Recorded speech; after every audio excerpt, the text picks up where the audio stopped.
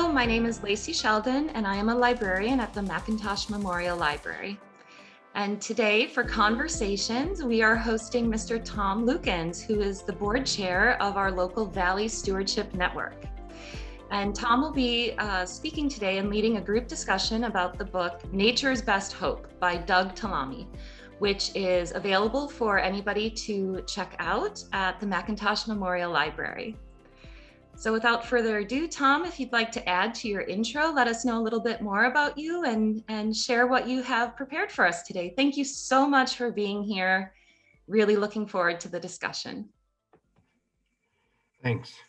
Yeah, as was said there, I'm board chair of Valley Stewardship Network and got invited to join the organization because I was doing habitat work here on my property on West Fork and seemed like a good fit, and it certainly has been.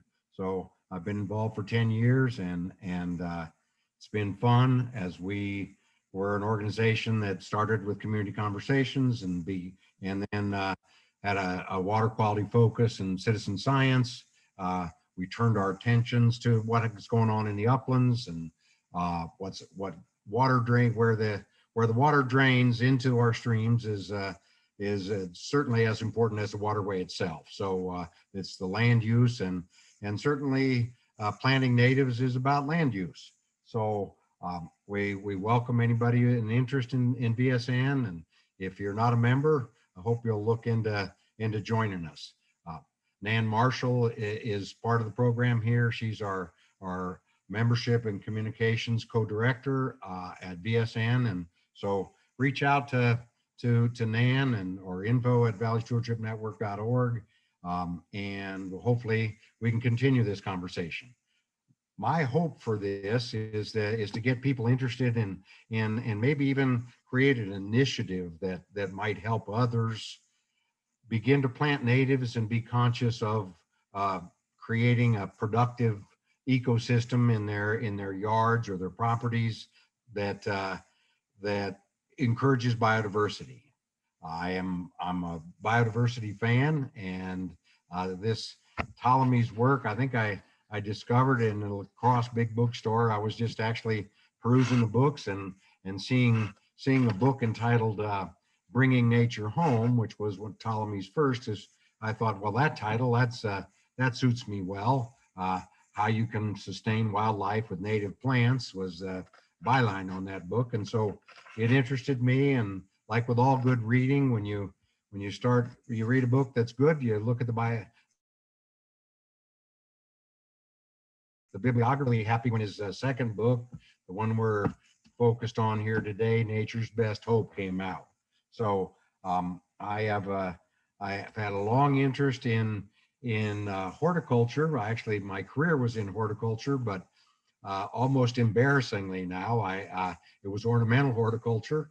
Not that we were importing plants from Asia and planting them all over, but we were breeders and producers of certain flower bulbs, and that's so I had a 30-year career in horticulture, which really didn't have that much to do with native plantings. It wasn't until 18, 19 years ago when I bought this property on West Fork that I began to plant prairie and plant native species and where things really took off for me and along these lines. So I'd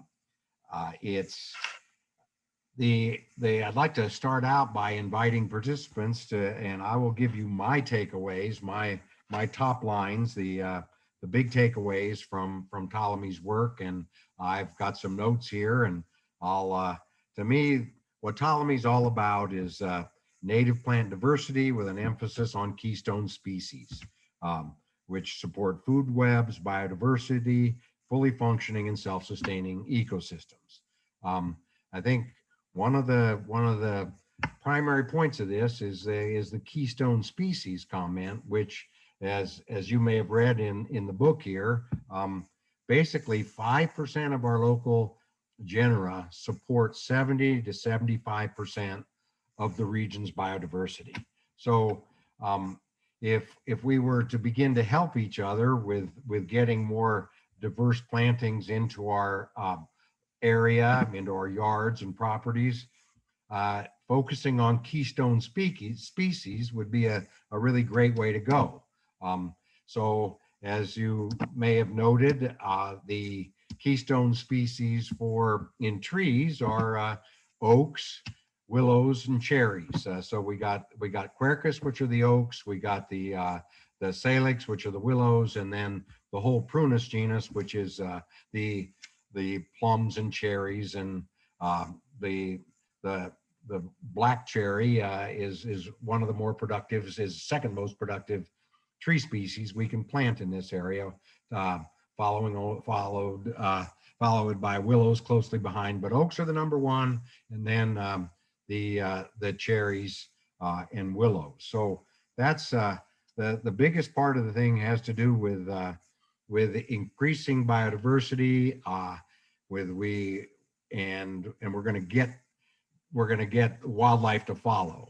I note that plant biodiversity is something that appeals to a certain segment, and wildlife diversity, which follows, may be something that people, it may be a subset or a different group of people, but really they both lead to the same biodiversity and intact ecosystems that provide several ecosystem services. So, but it is really the fully functioning and self-sustaining ecosystems, which is the heart of the drive here. And I'd like to open it up. If anybody else could please share the one or two takeaways they may have from Nature's Best Hope. So anybody else can chime in. Well, I not to interrupt you, Tom, but I have some interesting thoughts about what you've just shared there. It really struck me when you were talking about keystone species for plants. So I have always thought of keystone species being mammals, mostly like the wolf, for example, but I had never thought of the oak tree. So I thought that was so interesting. Thank you for sharing that. Yeah, that's really just right away one of those things that I'll take away from this conversation. I do have a question about native species, plant species. How do I find out what those are? And then how do I find out more about the keystone species? I know you mentioned oak and also the cherry, black cherry, but could you talk more about a resource to find a list or along those lines, please? Thank you. Yeah, that's a great question, and there are actually a couple of really good websites. The Wildlife Federation has if you just look up Native Plant Finder will get you to a website where you can actually plug in your zip code. And when you put in your zip code, they will sort for you the top. If you want woody species or herbaceous species, you note that in your search, and they'll render for you a list of the top 15 species in your zip code. Wow. That it's just an amazing site. The amount of data that went into that, and it was actually the backbone for that website, as well as Audubon's Plants for Birds. So both those sites will give you this information, but all of them were really based on Tallamy's primary assistant, Shropshire, I think her name is, and it's also mentioned in the book, but she's the one who compiled this tremendous amount of data that'll recognize. So oaks there are hundreds of species of oaks, and we can find in our area what are the native species here. And the white oak is the best in terms of, I think they got it up to now 560 different species of Lepidoptera that oaks support. And maybe is something to pull back and say, okay, well, Lepidoptera. Okay, Lepidoptera are moths and butterflies. And the larval stage of moths and butterflies that all the neotropical migrant birds really rely on to get their clutches raised to fledge. So that it's the caterpillars that are the protein and carbohydrate packets that feed all these nesting birds. Takes 200 aphids to supply the same energy and protein as one caterpillar does. So caterpillars are that's why they're used in this sense as the foundation for diversity. The Lepidoptera larvae that really feed that feed all our nesting birds here. Wow, it's so fascinating. The information just from your wisdom and your experiences is, I can tell already, extremely vast. Thank you for sharing that information, Tom. And I wanted to mention to the audience that I have written in our chat box 2 of the resources that Tom had mentioned to be able to find the lists for local plant species. And that is Native Plant Finder, and also recommended to look at Audubon's Plants for Birds. And then it was also noted in the chat that Tom has a blog on the Valley Stewardship Network website, and he has a list of native plants that he's been using on his projects, both in town and also on his rural property. And again, the website is valleystewardshipnetwork.org. Thank you for answering my question, Tom. Let's see if anyone else has anything to say now. I was just going to mention before the program started, Nan and Tom noted that the author is coming out with a brand new book, and it's called The Nature of Oaks. So it fits right into the discussion that you are leading, Tom, about oak trees. So a new book coming out soon. It's great. This is Cindy. I was curious, Tom, where your property is in town that you're working on. It's on Congress Avenue, kind of on the corner of the main drag. It's a home that I helped my son buy. I told him I'd help him as long as I got to do the landscaping. So it's kind of a help with a hook, So anyway, yes, the next blog will cover that. But we were out there tearing up the yard just a week ago with a sod cutter. And so many people stopped by and said, "What are you doing? Why are you tearing up this beautiful yard? The former owner used to keep it so nice." And I learned over the course of 2-3 hours work there on this main drag, people walking by, that there was a right answer and a wrong answer to that question. And if I told them, "Oh, we're planting shrubs, native shrubs for birds and bees," you got some raised eyebrows and birds. You're planting shrubs for birds. This always used to look so nice. And then but by the end of the work period, I had a better answer, and that was, we're planting native flowering shrubs for the birds and the bees. And native flowering work better than plants for birds. Funny. Yeah. So, but it's on the corner of Congress and, Nan, what's it mean? It's right across the church. I don't have the address in front of me. It's the main drag that comes by the county building there. Just to come. That's West right Decker. into Walgreens. West Decker. Okay. Well, no, not West Decker coming into town. Broadway. Oh, Broadway. Broadway Street. It's Broadway. Okay. Yeah. And so right now it's just kind of torn up, and we'll be getting to planting there.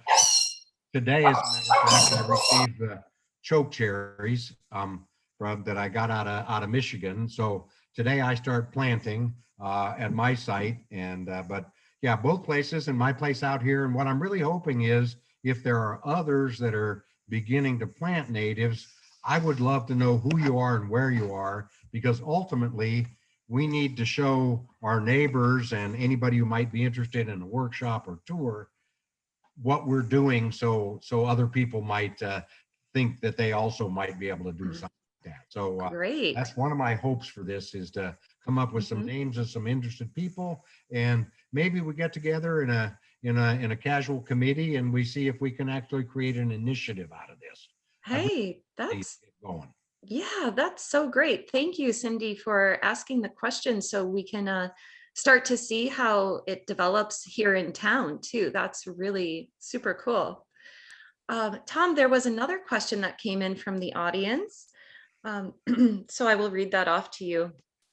Do you have to, I guess, do you need to have everything planted to natives, or can you just put in natives as the opportunity comes up?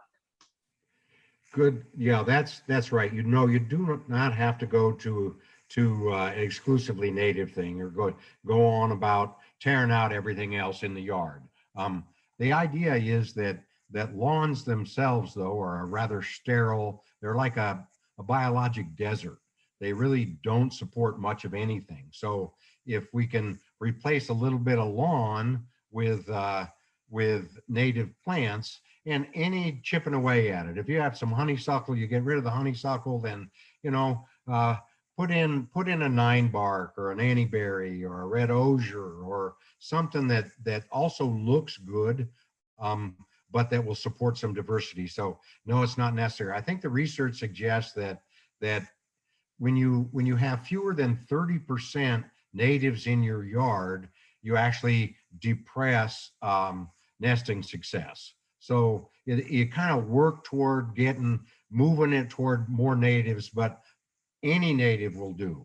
If you got one place for one tree, make it an oak if you can. So good question. And now that would be a good way for all of us to feel defeated right from the get-go if we felt like we had to tear out everything and put in only natives, but incremental steps. And I think that Tallamy's big hope in his Homegrown National Park is that if we could replace 50% of lawns with native species, we would do the country and the world in terms of biodiversity a great service. So lawns that are the weak spot, and wherever we can replace a liquid amber maple may look good in for those 3 weeks in the fall for red foliage, but an oak tree turns red in fall too. So and a liquid amber supports 3 species of Lepidoptera, whereas an oak in our area, I think that the number's into 360, 380 species of Lepidoptera. So it's incremental steps. Thanks for the question. Yeah, definitely a great question, and really interesting, that concept of making the yards like a national park. I think that's really interesting, really great. There is another resource. This was Tallamy's first book. Nature's Best Hope. No, his first book was Bringing Nature Home. In this book, I have the page all folded down, is actually a resource for shrubs and trees and herbaceous plants, Midwest and Eastern Great Plains, which includes Wisconsin and Illinois. So they have shade and specimen trees, they have shade and understory trees, and then they have conifers, vines, stream-side plants, ground covers, herbaceous perennials for dry sites, herbaceous perennials for wet sites, grasses, sedges, and rushes, and all for just our area. So a list to start with, and we all got to start somewhere. In Bringing Nature Home, in the back there's a great section that gives, in the appendix, that gives lots of ideas for where to go. Okay, great. I have another thought as well. So we're really focused and really thinking about all the potential of native plants and how that can increase biodiversity. What then is the opposite of native plant species? So my logic would tell me that it's either it's invasive species. Can you talk through that a little bit? And then also, what resources can we look to find lists of invasive or other species that would deter us from these goals of creating biodiversity for the better? Okay, well, this is, most of the plants that are in ornamental horticulture, and for, that's the broad term for landscaping, plant material and the rest of it. Most of those plants have come from Asia and other parts of Europe. And so a cultivar that's been produced, was brought here from Asia, didn't co-evolve with the insects and the other fauna in our area. So they don't support much. And it takes thousands of years for insects and other wildlife to co-evolve with plant genera and species. So when you bring in something new,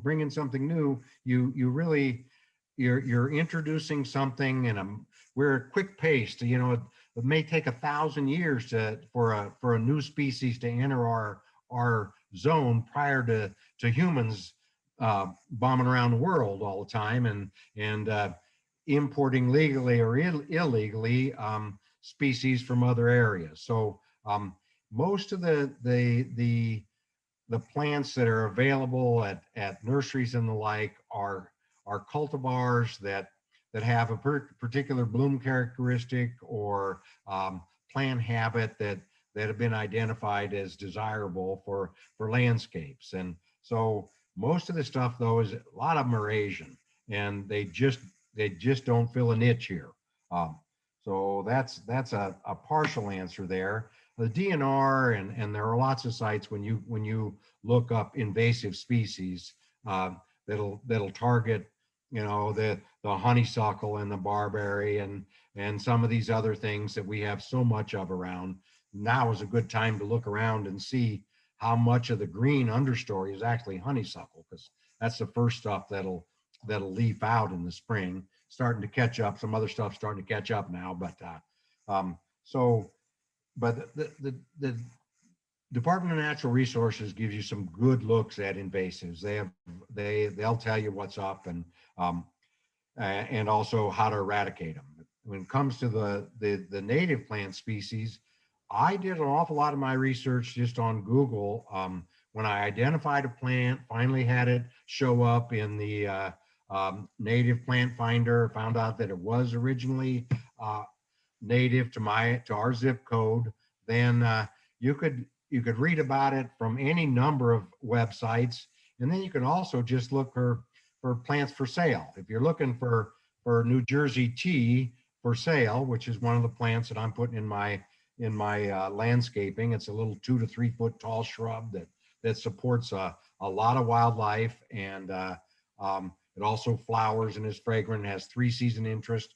So I would just then, New Jersey tea for sale.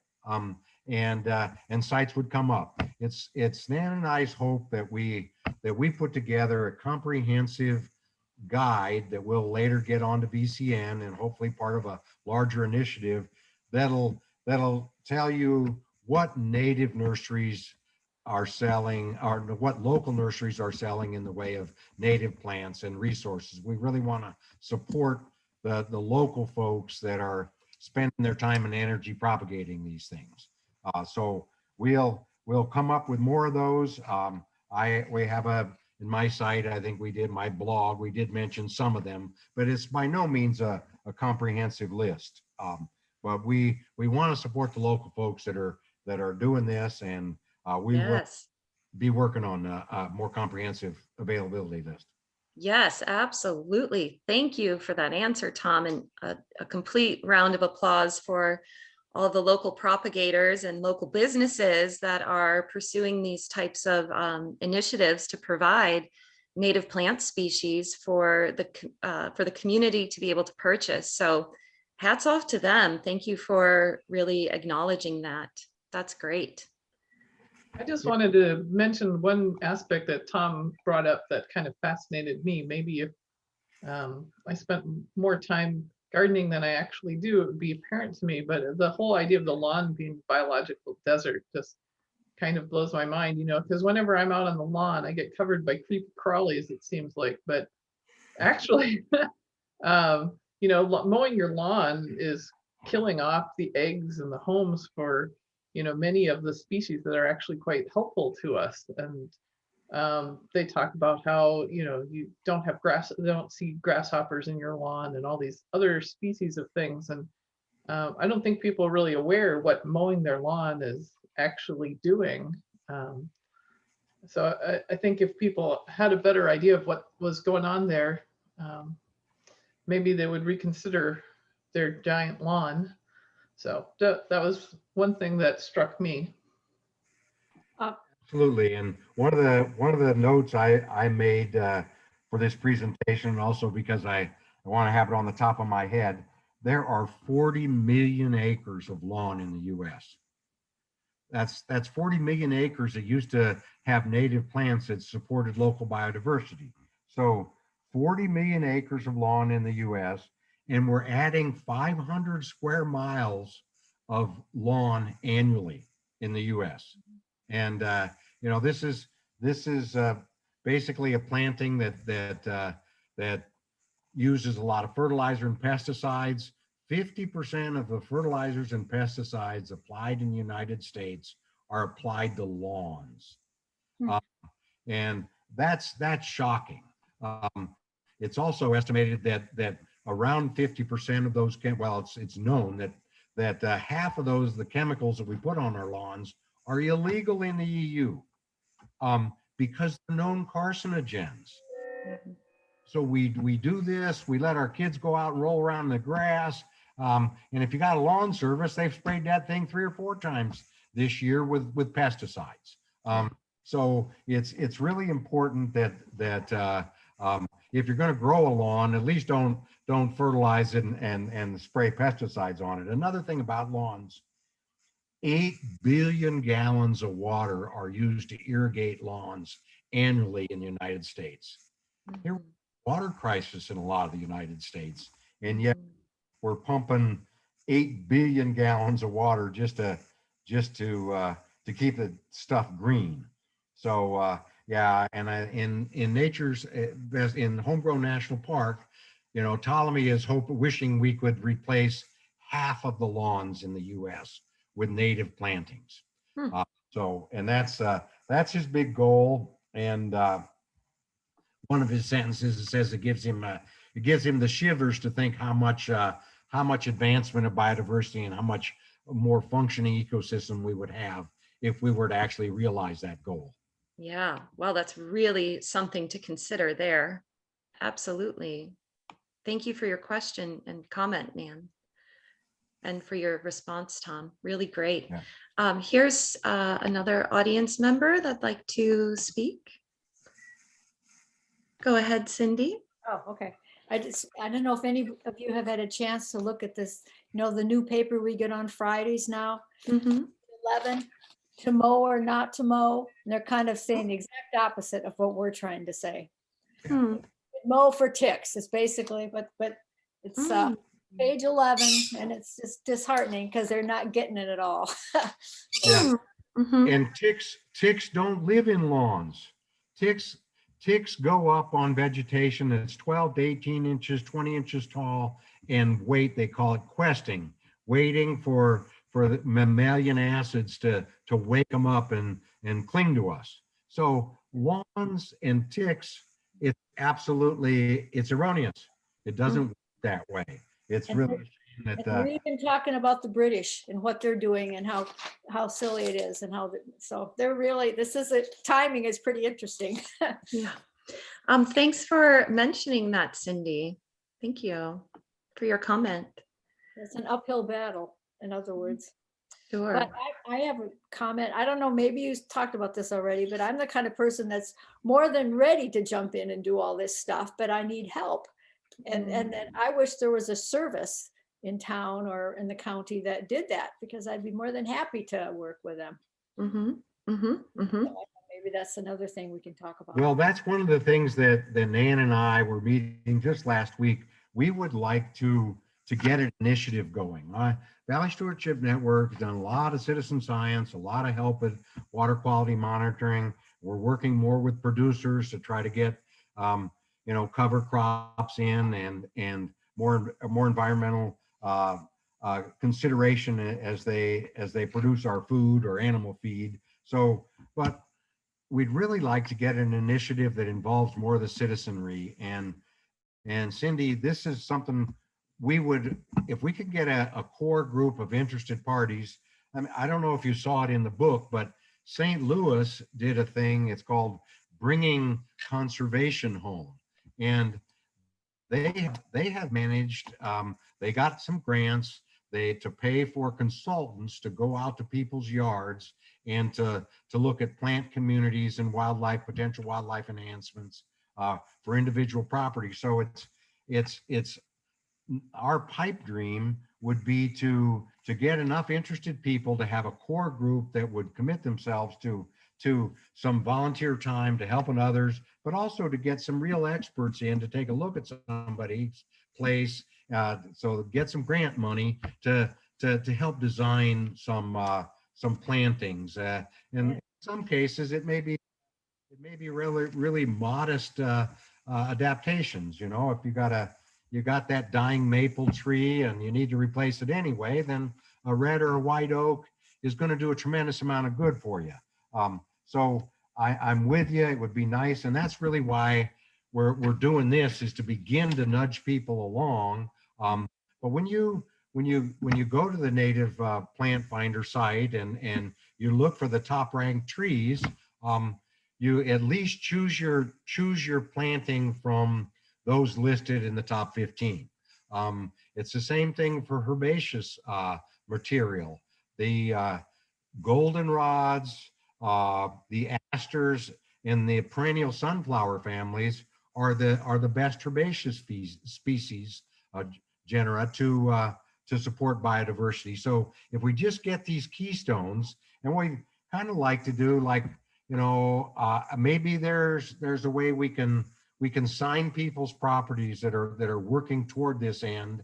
It just to start conversations, so that your neighbor, what is this Go Native sign out here? And you've got you said you got a ranking. You've done 12 Keystone Species. What does that mean?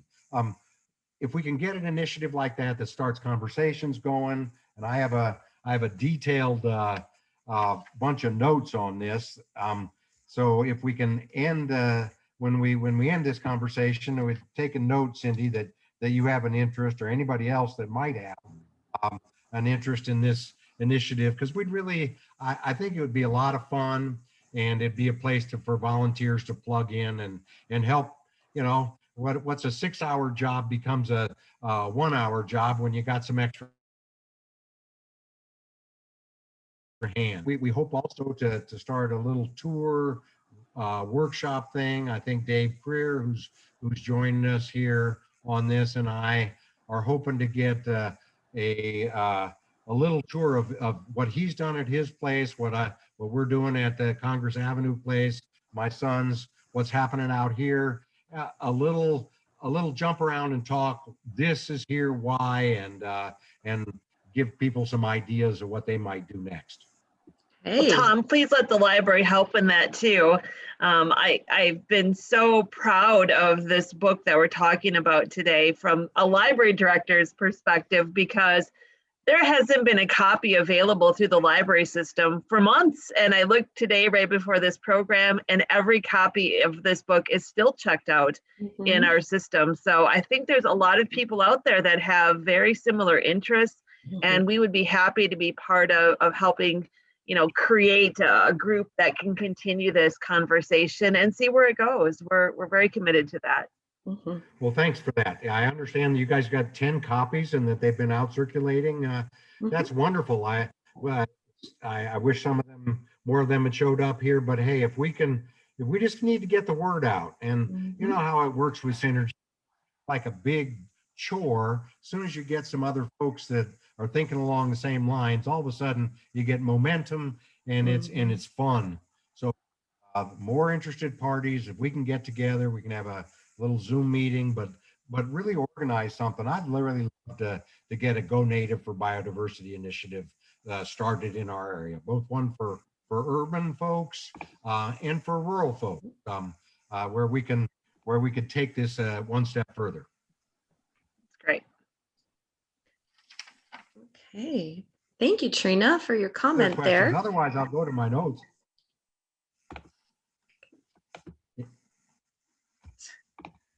So I don't know if you guys noticed, but I think we have one of the things that Ptolemy says is that we have 432 species of birds in North America that are endangered right now. That's a large number of native species of birds that aren't finding enough food to in the landscape to support successful nesting, to fledge their young. In oftentimes I guess a nest builder is a cup builder like robins and the rest of them. They usually fledge their young in 12 days, but the young have got to grow bigger than adult size in 12 days. So they got to be fed a lot. I think they said that a chickadee requires 6,000 to 9,000 caterpillars to fledge a single brood. So if they don't have enough food, their young are going to starve. They won't nest, or things will die on you. So it's but 432 species of birds in North America are endangered. I think that's something we can address by doing more of this. And the majority of the land east of the Mississippi is owned privately. It's up to private people to do this work. I think it's 86% of the land owned east of the Mississippi is in private hands. So it's really up to private landowners to carry the ball on this deal.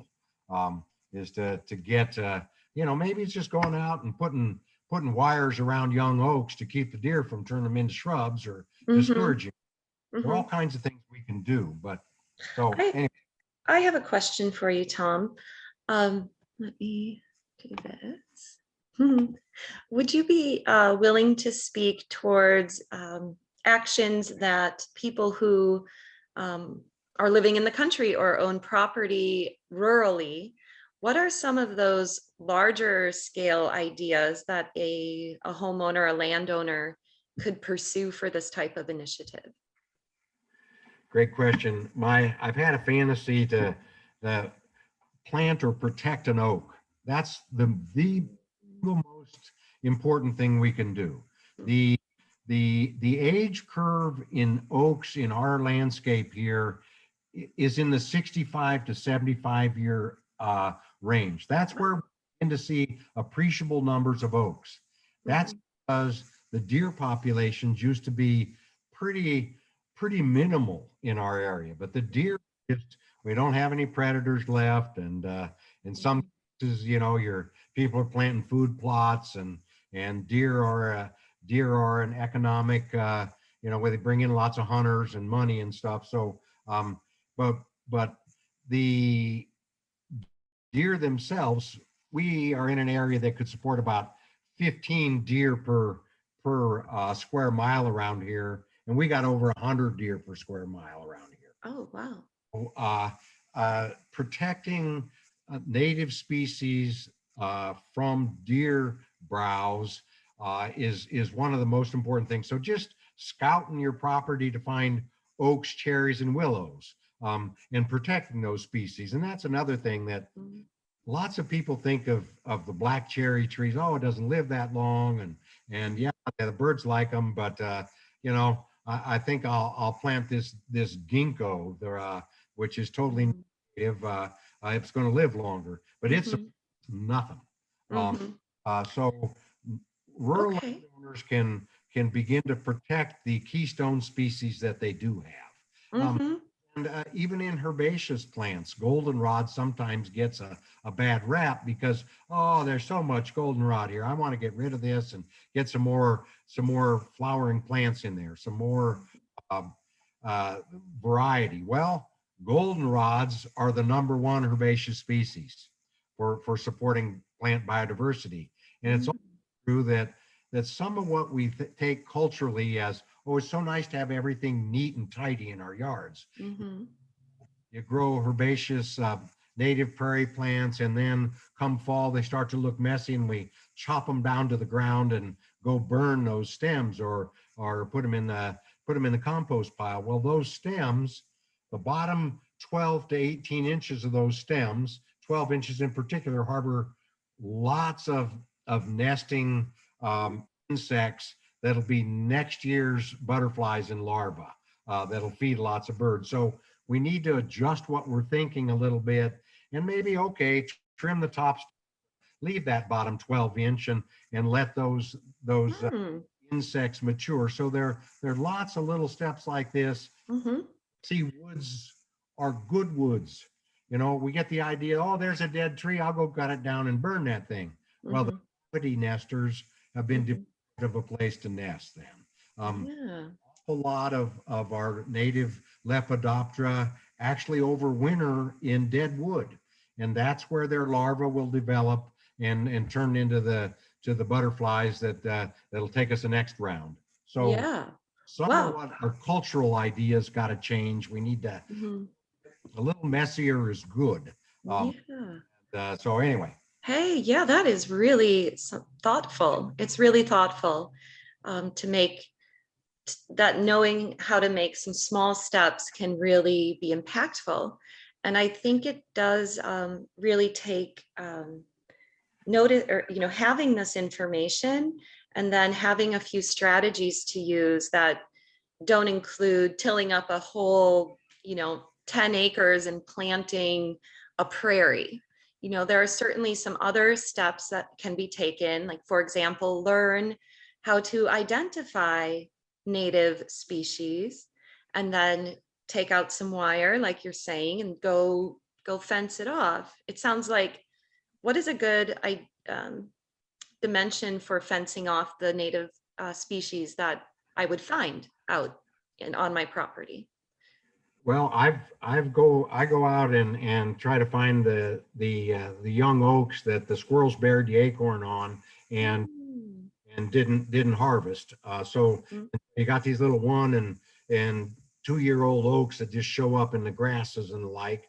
And so in early stages, I put a 4-inch welded wire, so it's a 2x4 welded wire fence that may only go up 4 feet. Okay. It's enough in the beginning, but if it goes 4 feet, then you don't have to get to it immediately. And I've been doing this now for a few years, so I have a spring dance I call the wire shuffle.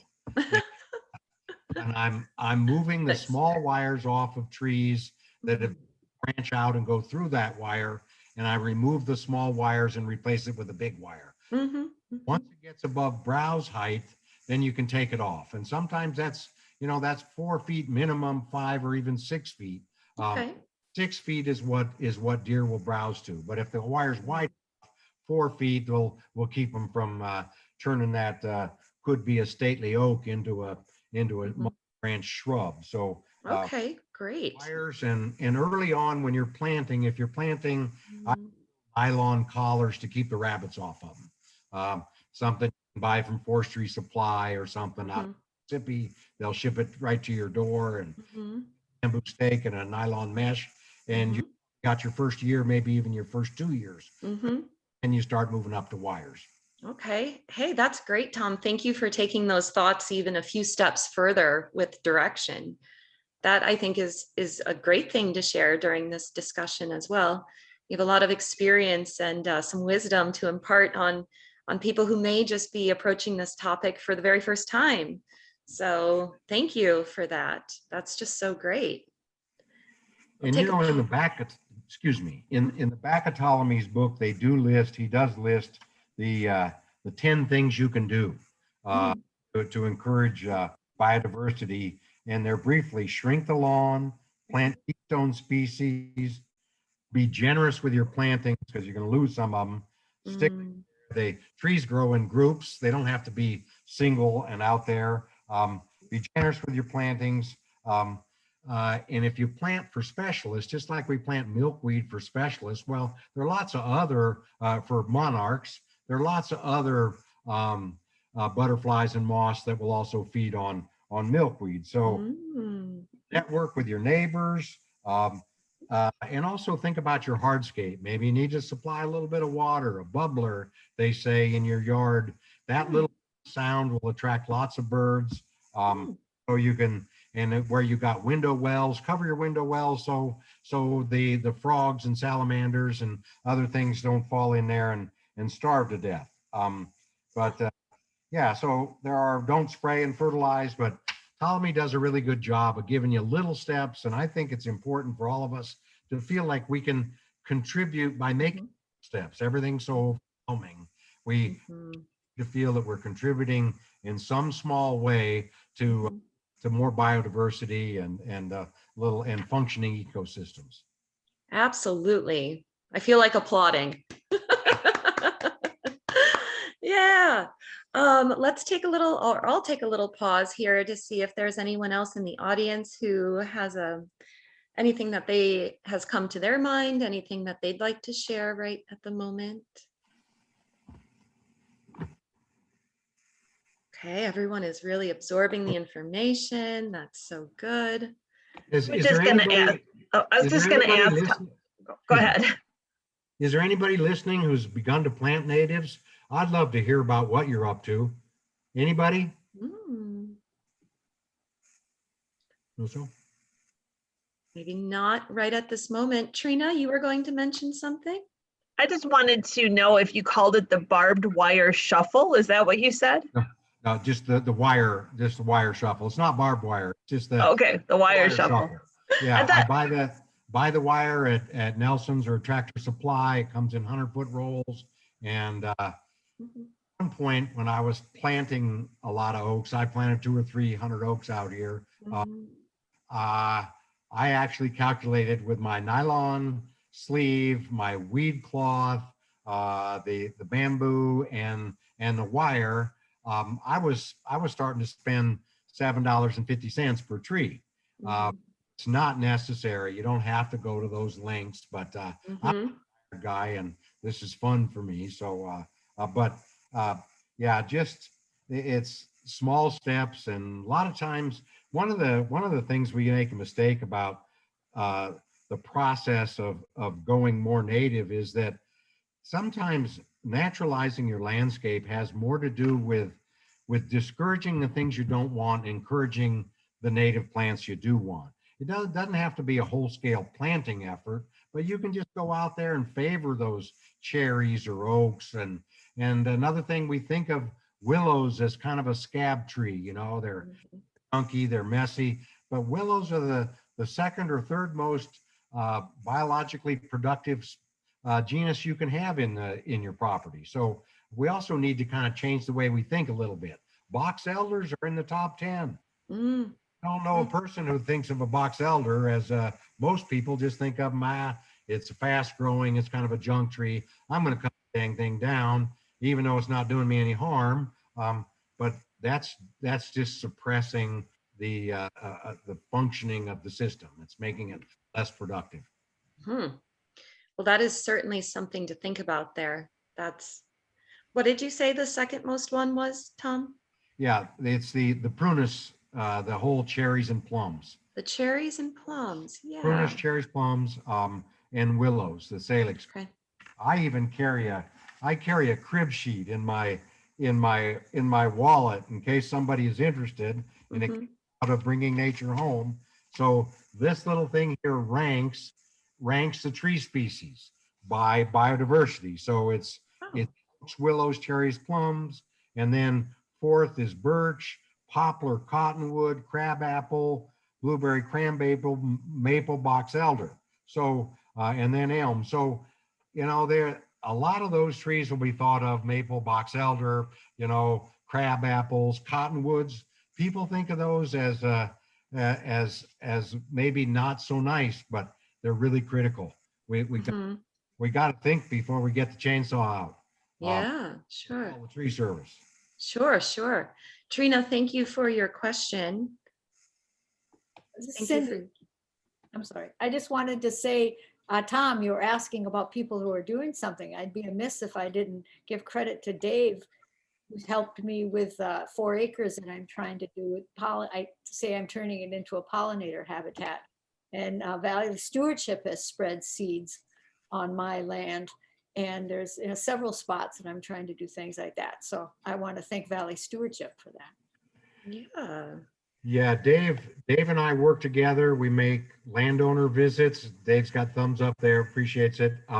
And no, we'll go out and visit a site if somebody's interested in planting prairie or whatever. And even if it's not planting prairie, if we can be of any assistance, we're happy to. I'd like to get some grant money in and see some local support for more a broader initiative, but we can help here in these initial stages. We'll be visiting a couple of landowners next week together. It's fun to work with Dave. Dave just worked with the Youth Initiative High School. I was out there helping too. We just planted 9 acres of prairie in the headwaters of Bad Axe. So Dave has planted a fair number of acres of prairie, and it's really, and his house is the same thing. He's been replacing. Dave, why don't you share with us the story about your yard and natives and your neighbors? Sure. So we live in town here in Viroqua, and we've been doing a couple things that I've certainly been leaning into the go natural thing, because it's a town yard. You can't just go crazy on it too fast. But one of the things that we did is we had a honeysuckle bush in back. And in some ways it's an invasive, right? It's a non-native. And in some ways it's hard to take some plants out because clearly the birds loved it. I mean, they would go in there and there was a lot of cover for them, the seeds that they would eat and everything, but it may be not as nutritious as a native would have been. So we planted an elderberry right next to it. And elderberries grow like weeds. I mean, they're just unbelievably fast. And as the elderberry was coming in over the course of 2 years, we took the honeysuckle out. So they didn't, it was a transition time, I guess. And so now we have a native where there wasn't one over the course of 2.5 years. And we've been kind of doing that with our yard, taking out some of the hardscapes. So removing some concrete sidewalks that weren't particularly functional, and going back to just either yard or native plantings. So at least there's a place for water infiltration instead of water running off. And then you were mentioning willows. So we have a pussy willow in the back of our yard, which I got to say, it's an early bloomer. It's a native, and it's unbelievable to me. It's kind of past it now, but when they were blooming a couple of weeks ago, you could go stand next to that thing and look up, and you would just see a cloud of bees. I mean, thousands of them. It was crazy. And so one of the great things about willows is they propagate really easily. So 3 years ago, we took a bunch of cuttings off of that pussy willow and we just stuck them in some pots and watered them for a year. And we got 3 little ones that grew. 2 of them have since been eaten by rabbits. But one of them is doing great. So pretty soon we're going to have 2 instead of just 1 for no money, basically, just putting them in some dirt. So there's various ways to do this inexpensively. And then in our backyard, I kind of call our yard a mullet yard because the front yard is all business and it looks very sort of proper for a town yard. And our backyard is pretty wild. So our backyard, which I'm looking at now, is probably maybe not quite half, but a third. We've taken out all of the grass and put in native flowers, probably 90% natives. There's a few weird ones sticking in there that aren't native, but and I gotta say, our neighbor was such a great help with that. She had just grown all sorts of things, phlox and cup plant and a variety of daisy. And so she had, many different things, and her yard had gotten overgrown. So she just said one day, if you want to, this is 3 years ago now, if you want some stuff, just come take it out and throw it away.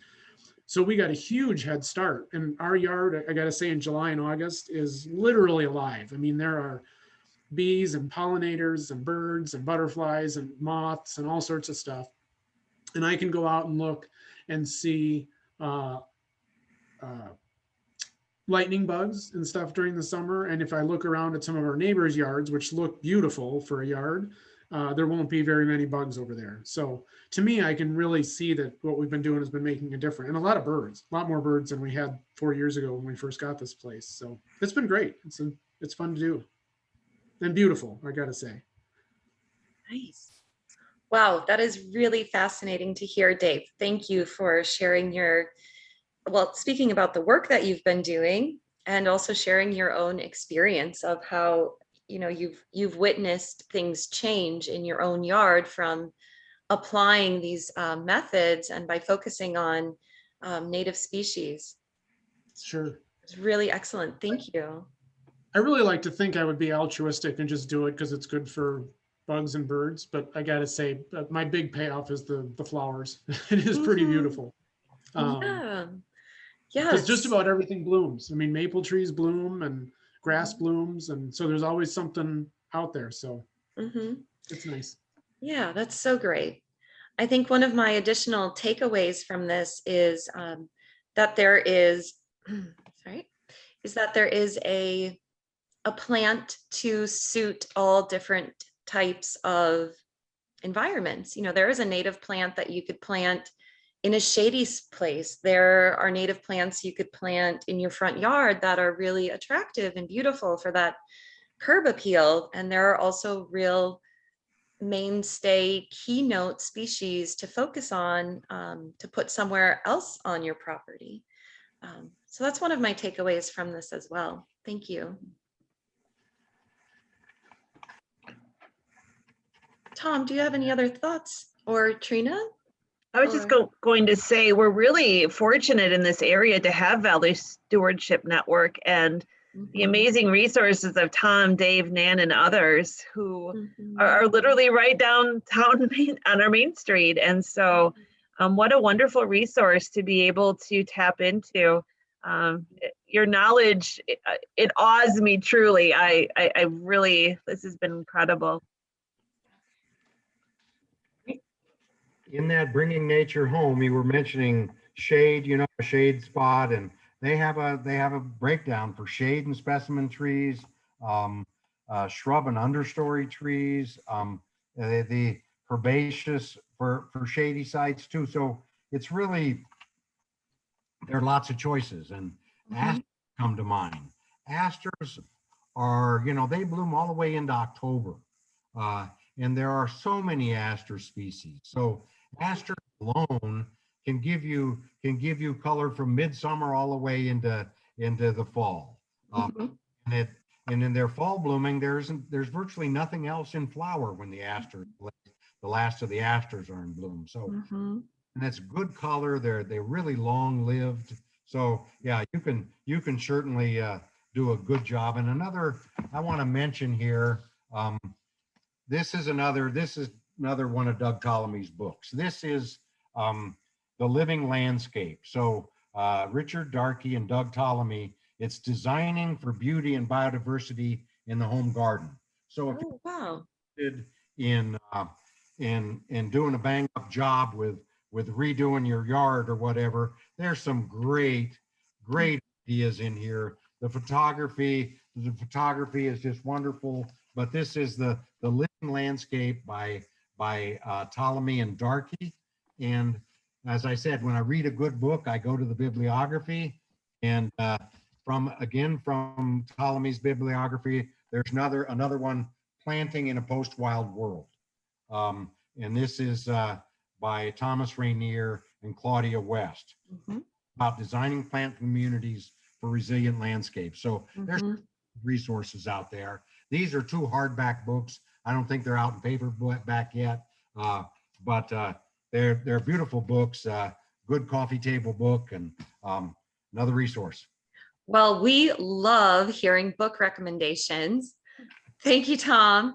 And I want to make a plug for the library and say that if anyone is interested in these books, you can call the library or stop by. We would be very happy, and we would do our best to get the copies in here for you, even if we need to borrow them from a different library.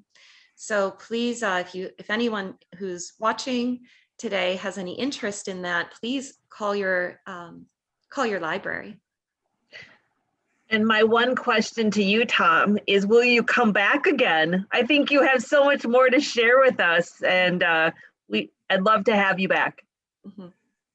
If you think it's worthwhile, I like talking stuff. And I also have a place out here. I've done a lot of work, and I don't showing people around.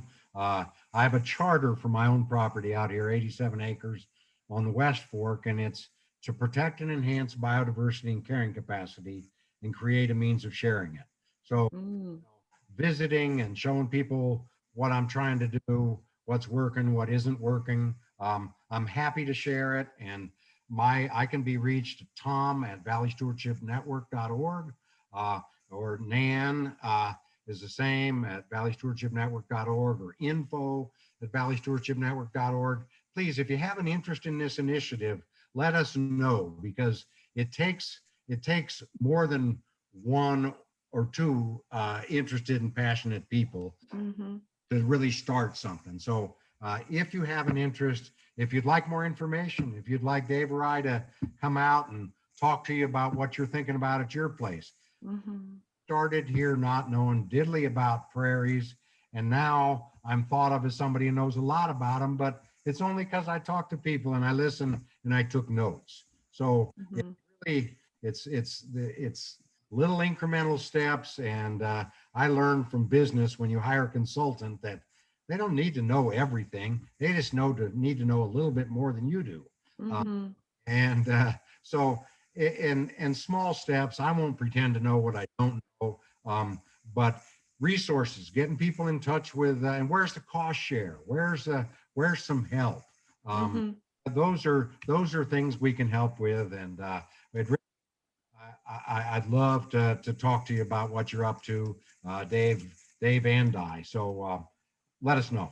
That is so great, Tom. Thank you for those inspiring and motivating concluding thoughts. How about a round of applause for Tom Lukens today? Yay, fantastic. Thank you again, Tom, and thank you to all who could make it here today.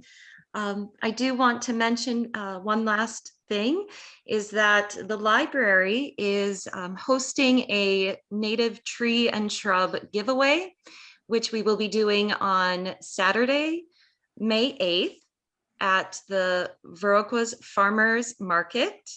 The librarians will be in a booth at that farmers market, and we are giving away one tree or shrub sapling per family during that morning farmers market. So many of the species that Tom had mentioned in his presentation today will be available.